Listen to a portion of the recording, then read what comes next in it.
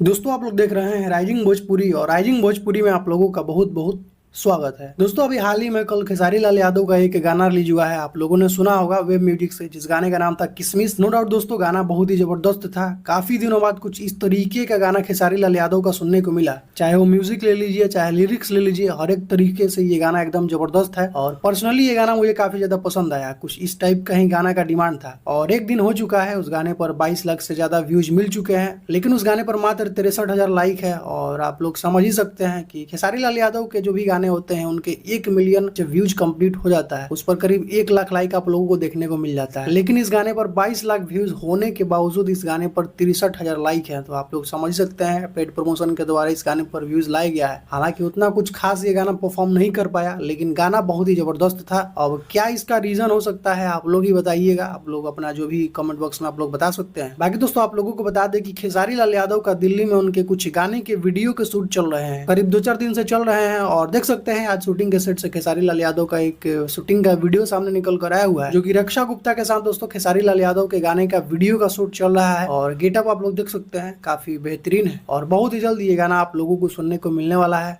और शूटिंग जारी है एकदम लगातार, काफी सारे गाने के वीडियो के शूट वहां पर हुए हैं। यही कुछ अपडेट है दोस्तों, और यही शूटिंग के वक्त का ये वीडियो सामने निकल कर आया हुआ है। तो अभी का कुछ यही अपडेट है दोस्तों, तो इस वीडियो में सिर्फ इतना ही। मिलते हैं आप लोगों से नेक्स्ट वीडियो में।